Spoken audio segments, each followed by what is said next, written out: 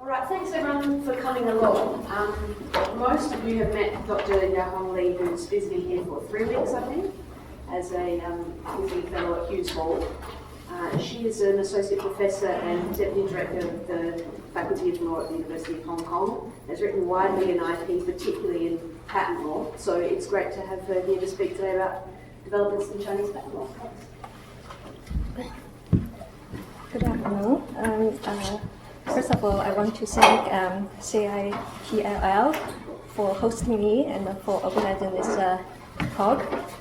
I don't know if you can hear me. Okay. Yeah, you can see that I'm going to talk about changes in Chinese patent law and the impact of on the innovation in China. Before I go to the discussion of the changes of the law, and I want to give you a very brief introduction of the Chinese patent system. There are 3 types of patents in China, namely innovation, invention, utility model, and design.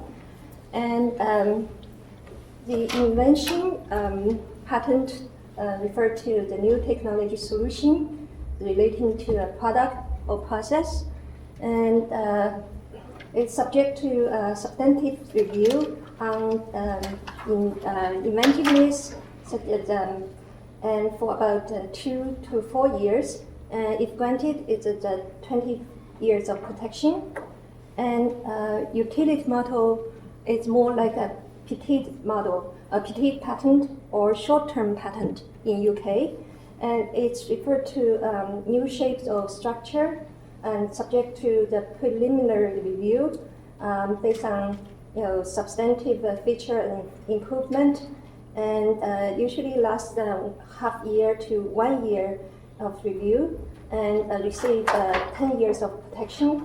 And the third type of patent is a design patent, and which refer to patent for new industrial design of shape, pattern, and color or combination of those, and with a set filling. And it's also received a preliminary review, not substantive review. By preliminary, I mean it's a formality review. And it's also received 10 years of protection. And Chinese patent law is quite young. It's only about 30 years.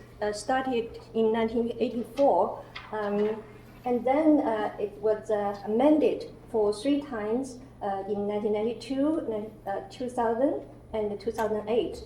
And now there is a pending 4th amendment.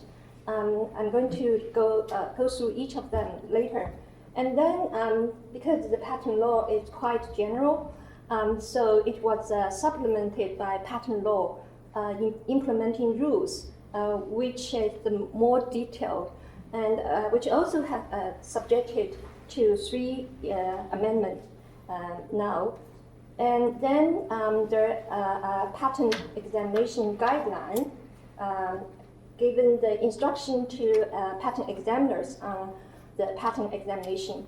And then because China is a civil law system, so the cases are not binding. So the periodically Supreme Court will issue interpretation, judicial interpretation to give the guidance to the lower court on the application of the law. And then the patent examined by State Intellectual Property Office, which we call the CIPIL. And within the CIPIL, there's a Patent Re-Examination Board, PRB, which will review the validity of the patent if it's challenged. And then patent rights are enforced by both judicial and administrative organs. And there are 83 intermediate courts authorized for handling patent cases. And then there's also robust administrative enforcement by local patent offices under the CIPIL, which we'll also talk about this later. The first amendment of patent law occurred in 1992, and basically that amendment was to implement the commitment made by China under the Sino-US Memorandum of Understanding on Intellectual Property Protection, and those commitment including like extending the patent protection for pharmaceuticals, food, beverage, and chemical substances, which were not covered under previous law. And then it also includes the patent term extension from 14 years to 20 years for invention patent, and 5 years to 10 years for both utility model and design patent. And then scope of compulsory license were narrowed, given more conditions. And then the pre-grant opposition procedure was changed to post-grant revocation. And accordingly, patent examination guideline also changed to allow the patent protection for computer program if it has technical features and can produce technical effect. And previous requirement for hardware change were also abolished. So those are the major changes under 1992 amendments. And then after this change, the amendment, we saw some increase in patenting in chemical, pharmaceutical, and computer program software area. For example, the patent were increased from 500 to about 2,000 in following years. And then there's total 60,000 in this period for chemical drugs. And the computer program also increased from less than 100 to 1,000 in year 2000. And the growth rate in this period, 2000 to 2005, is 54%. And then after 8 years, another change was made to patent law, which was aimed to harmonize with TRIPS agreement, because at that time China was trying to get into WTO, and so all the IP law had to change according to TRIPS agreement. And the major changes include like service invention, and service invention previously basically the patent right belonged to the state, and there's no negotiation between the employer, employee, and so this has been changed in that the employer and the employee can negotiate whether about the patent ownership, and the inventor also shall be remunerated, and the offer for sale, the right to offers for sale was also added, and post-grant revocation procedure was also abolished because it's very time-consuming. And then, most importantly, the judicial review of administrative decision on patent validity, and this was required under the TRIPS agreement, and later on we'll see some cases. And the provisional measure like injunction and also preservation of evidence, preservation of property also were provided, and compulsory licensing, more conditions were added according to TRIPS agreement. We can't get into the detail because of time constraint. And I'll give you two examples of a judicial review of the administrative decision. One is the Chinese generic drug companies versus Pfizer's on the validity of Viagra patent. The patent was filed granted in China, and then there were 12 Chinese companies challenged the validity of the patent on the ground that the application was not sufficiently disclosed, and then Pfizer amended the claim, and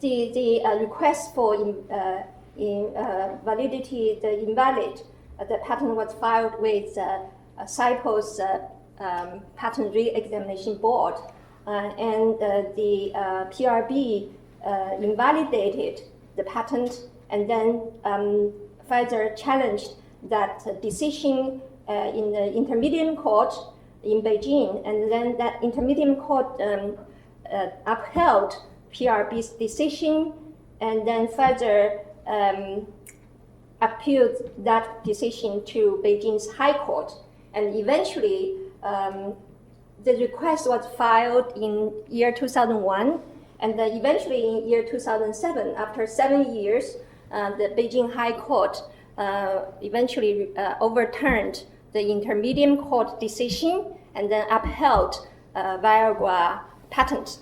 And another case, it's not happened during that period, but it's also give you some example that the validity decision by PRB was challenged in the court, and eventually was overturned by the Supreme Court. And this one you can see that the claim involved the scope of claim, and because the defendant amended the claim from semiconductor storage device to storage device. So the plaintiff challenged the validity based on the grounds that the amended claim exceeded the scope of the original claim, but eventually the court interpreted differently. So this is the example of judicial review of the administrative decision. And then you can also see some changes in patenting trend, and there's a continuing growth in patent filing in those areas like biotechnology, pharmaceutical. The growth rate is 23%, and then there's also for computer software, it's 53%, around 53% of growth rate. So, and then the third amendment was carried out in another 8 years, year 2008, and this time there's no external pressure for China to amend the patent law. It mostly comes from the internal demand, internal, the national IP strategy to enhance indigenous innovative capacity. And the strategy basically is to focus on creation, protecting, and use and management of IPR, and also set the goal that China should rank top 5 in patent filing by year 2020. And this goal has already been achieved. I can see later the some figures. And under this amendment, the previously mixed novelty test changed to absolute novelty test. Mixed novelty test means they have 2 different criteria to decide whether a technology is prior art. Basically, it's decided on whether it's published anywhere in the world or whether there's a use in China.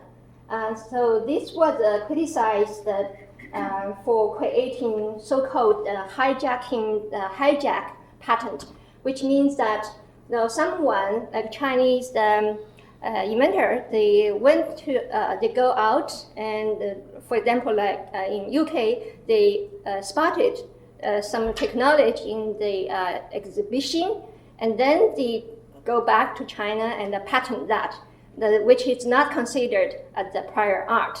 Okay, so in that round of amendment, that test was changed to absolute just one test, prior art in and out of China. Prior art can be interpreted as the publication and use. Okay, so and also there are higher standard for industrial design.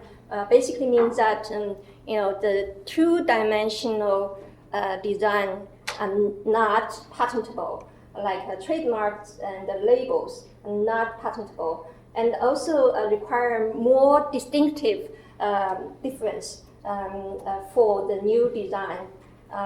And then there is also a security check on inventions completed in China, but filing the foreign patents, which means that some of the patent invention completed in China, but they want to file the patent in UK or US first, not in China first. So previously, this was not allowed. Basically, if you file a foreign patent first, then you cannot apply for Chinese patent later. But this has been changed to that this is filing foreign patent allowed, but you need to go through the security check, which means you have to apply for the security check with the state council, with the CIPIL first, and after the clearance of the security, then you can file the foreign patent, and you can also come back to China to file the patent. Okay. And then another change is the genetic resource. Genetic resource is required to be disclosed when you apply for the patent in China, which means that if you use the genetic resource in China, and then you need to disclose where the genetic resource come from in your patent application. This otherwise your patent application will be rejected. And this is, some people said that this is exceeded the TRIPS agreement requirement because there's no such requirement under TRIPS agreement yet. And then this change also allowed the BOLA exception and parallel import. For those who know the BOLA exception, it's a US exception, which means that the use of the patent technology for the purpose of applying for the marketing approval, it can be considered as an exception, which is allowed. And China also adopted this exception and also parallel import, which allowed the patented technology come back to China for sale at a cheaper price. And for state-funded project, it doesn't really it didn't change on this, and then still the state-funded project, the ownership of patents still belong to the state. This change also added statutory damage when the compensation is hard to calculate, and then the court will have a discretion to impose the statutory damage ranging between 10,000 yuan to 1 million yuan. This is the equivalent of the pound 1,000 to 10,000 something. And the compulsory licensing added more ground, like a non-working for 3 years without reasonable ground. Then this government can issue the compulsory licensing. And then there's an anti-competition, for example, like a refusal for deal or something like that. And then public interest, if there's a public interest, and then compulsory licensing can be issued, particularly for semiconductor technology. And the patent, after this change, you can, the China witnessed the explosion. Basically, explosion of the patenting. By year 2011, there are over 5 million patents in China, and it's become #1 in year 2012, overtaking all other countries, become the #1 patent filer in the world, and it 526,000 patents were filed in year 2012. and then 1.26 million patents granted in this period, with a 31% of increase. And among those, 80% were granted to Chinese domestic applicants. And they also set the target of 2 million per year by year 2015. Okay, and then the PCT, this is the international patent PCT filing. In year 2012, become number 2. It's over 18,000, and with a 13.6% increase. And the 2 companies consecutively become the top number 5 in PCT filing. The company Huawei and the ZTE, both in the telecommunication sector. Huawei became the number 1 PCT filer in year 2008, and then ZTE became number 1 in year 2011 and year 2012. And also their service invention also increased. Service invention means that the employee using company's facility or the invented during the course of their employment, and then and these were considered as one of the indicators for the innovation, because this is not largely done with the company and not individual. And then in addition, besides those large numbers, we also see some problem in patenting. First of all, the invention patent increasing, but it's still very low.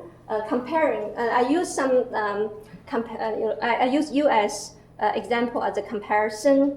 For example, the invention patent have been quite low compared to United States. Like China, by the end of 2012, it's about 3 million, but for United States, it's by the end of the year 2012, it's about more than 8 million for invention patent. Invention patent because it's a higher level of patent, right? Comparing with utility model and the design. So whether invention patent it's more invention patent is just one of the indicator whether the country is more innovative, and also for among the 3 kind of patent, the invention patent is only takes about 26%, and the other 2, like utility models and the designs, takes about another more than invention patent, 39 and 35%. And comparing with the United States, they applied 89% invention patent, only 3% of utility model, and 8% of design. And in terms of how many people in 10,000, among 10,000, how many people hold invention patent, China is also fairly low, only 2.4 among per 10,000 people holding the invention patent, and the United States has 35.6 people holding invention patent among the 10,000 people. So the ratio, I mean, it's has huge difference. And this diagram shows that this light green is China's invention patent, and this one is Japan, and this one is United States, the dark blue, and the European patent is the red one. The pink one is the Republic of Korea. So almost all of those have higher invention patent rates in the previous year, and then China only started in about 1980, and then continually very low until year 2000, after year 2000, and climbed very rapidly. Okay. And another problem is that in patent in high technology sector is also increasing but still low. The increase is very impressive, like 10 times of those filed in year 2002. 2002, but when you look at the telecom and other related industry, and also pharmaceutical manufacturing and information transmission software, all quite low. And clean technology is even lower. In comparison, there's 39% of the US PTO, that's the US applicant, have applied in a high technology sector. And so this is another problem, is the patent is fairly low in high technology field. And the maintenance of patent in force for over 5 years, it also fairly low comparing with the United States. Like United States is 1 million, and China is only 220,000. So those, and also only for 5 years period, not to mention the 20 years or 15 years or 20 years. So you can see that China filed a lot of patent but didn't really maintain it. Okay, if you file a lot but you don't maintain, then that means the patent is just a figure. It's not it's useless, right?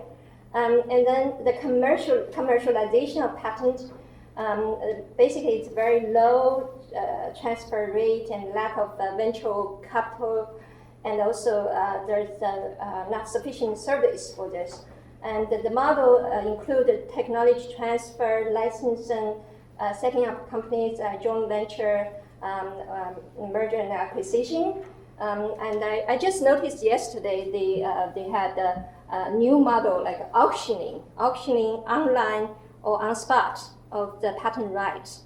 And there's an example like a Chinese auto company, and there's a company called like Li. This is auto company in China. They acquired a Volvo and all their IPRs. And another company, Chinese auto company, SIAC, they acquired South Korea's Sanyong and all their controlled IPRs. And also they acquired rovers, some IPR from rovers. And so by this way, they can get some technology transfer or get some IPRs. In another problem with the patent system and now is litigations. Also climbed like by the end of the year 2012, there were 103,000 some cases in IP, and for patent, only in it's 9,680 cases with 23% of increase, and the litigation is also explosion.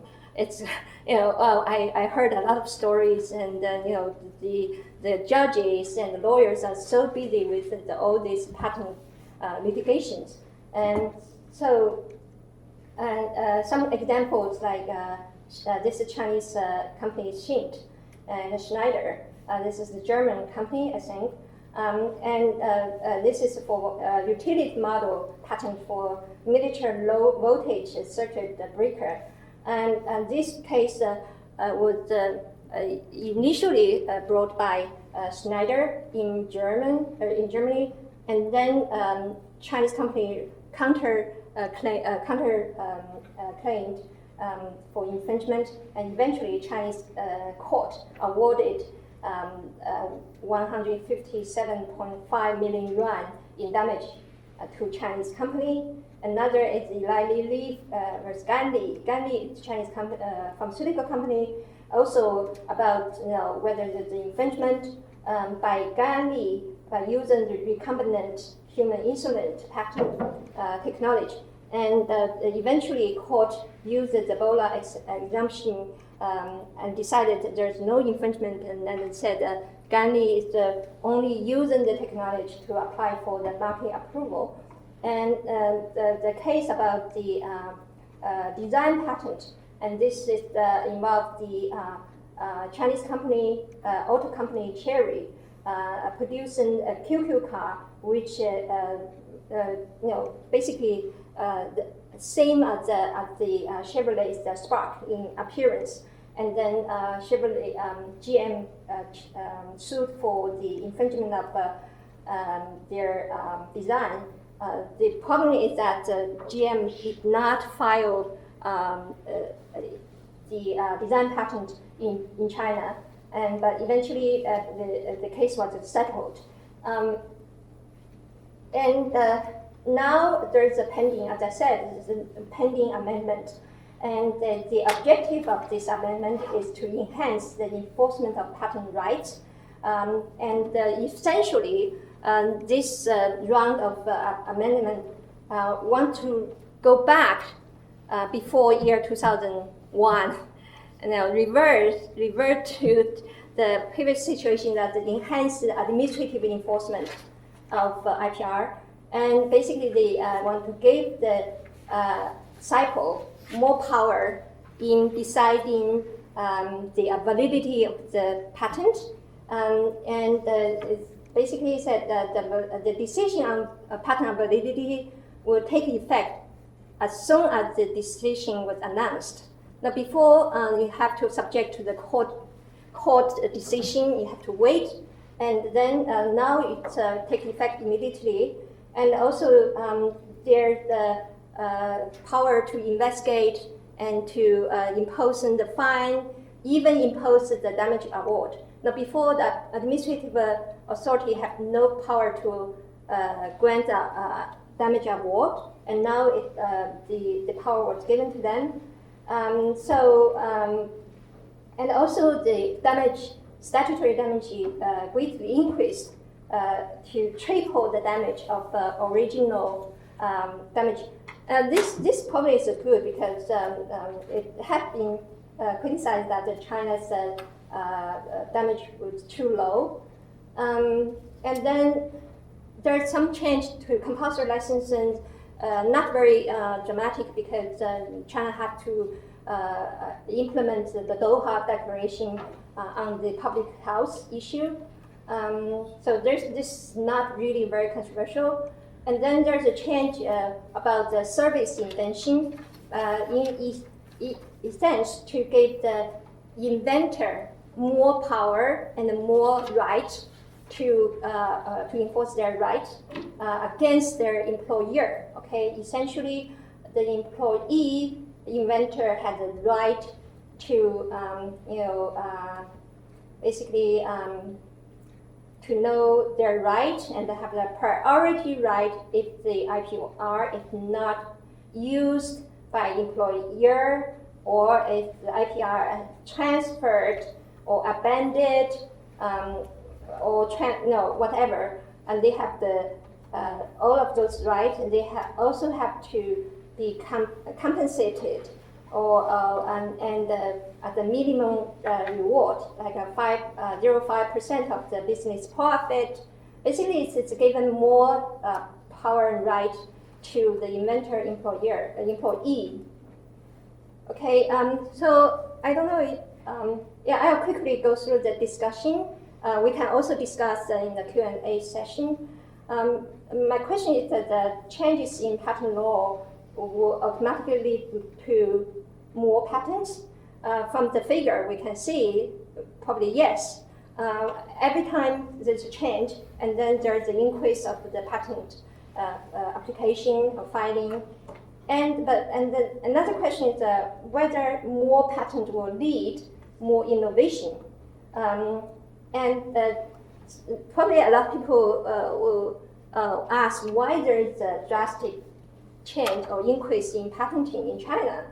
My guess is that first of all, there's a pressure to reach the target of national IP strategy, because national IP strategy outline gives the target to reach, right?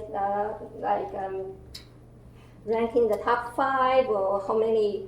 So China is the authoritarian country, right? If there's a central government policy, and then all the local government have to implement, and they all set the target to reach.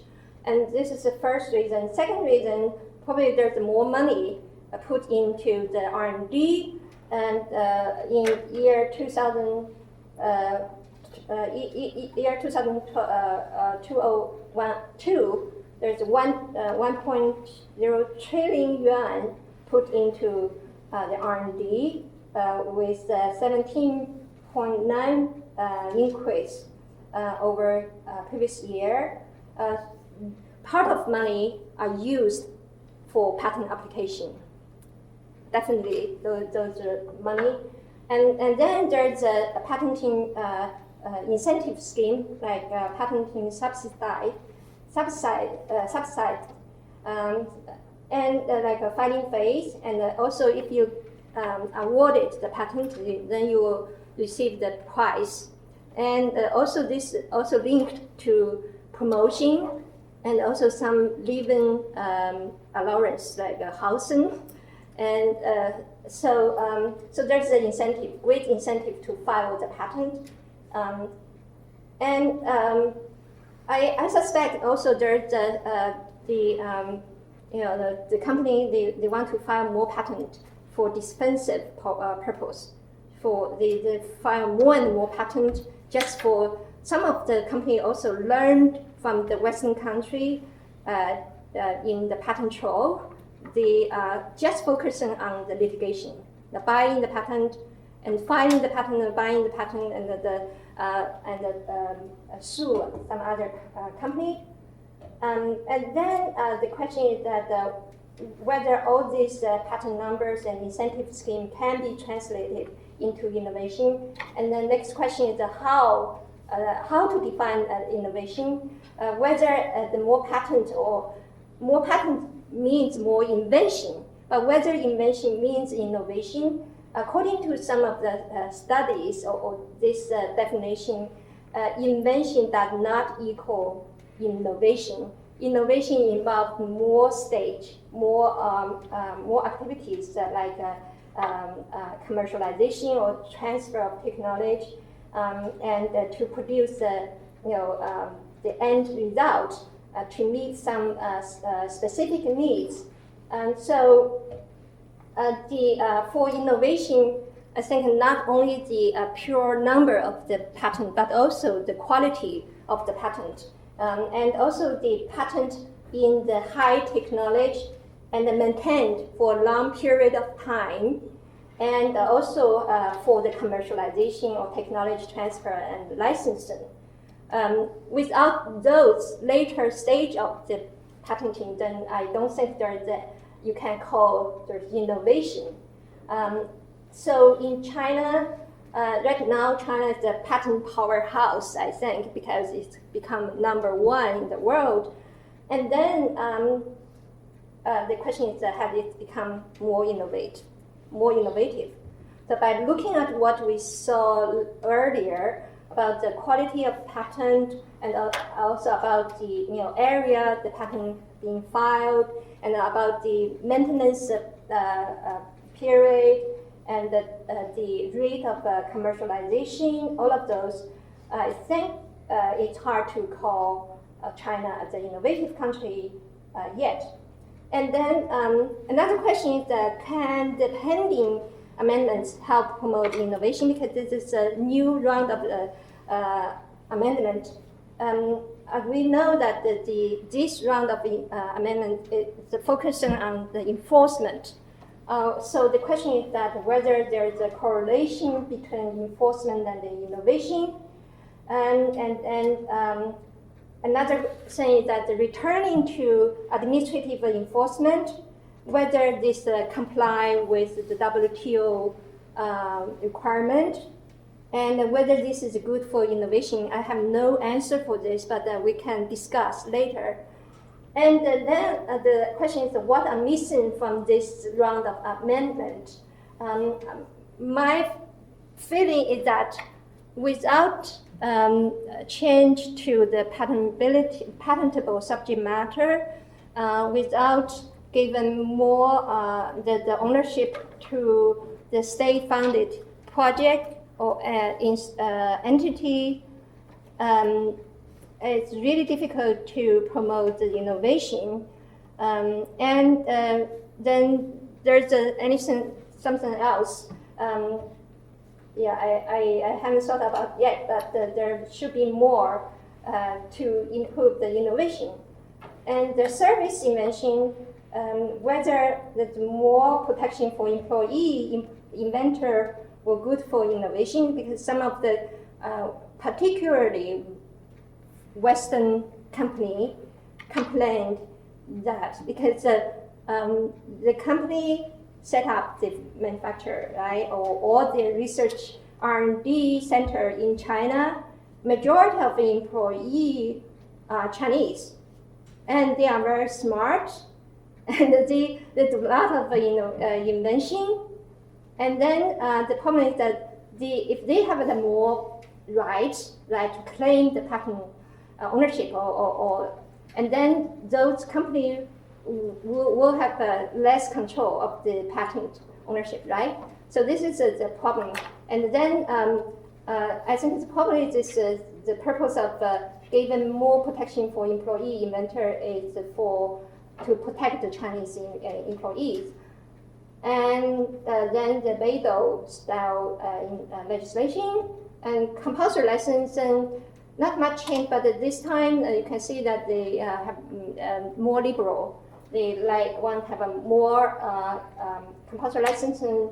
The issue is that whether China is going to follow the suit of India or Thailand in giving more compulsory licensing. And whether the compulsory licensing is beneficial to China's innovation in a long run. And my conclusion is that patent law change can, to some extent, affect the trend of patenting and innovation. Therefore, should be taken cautiously every time. And the amount of a patent is an indicator of innovation, but sometimes can be misleading and unreliable. And then national innovation competitiveness eventually will depend on true innovative spirit, culture, and also a comprehensive innovation framework, but not only depending on the figure or number. And China has made a remarkable progress in innovation, but there's a long way for China to become an innovative country. Okay, thank you very much.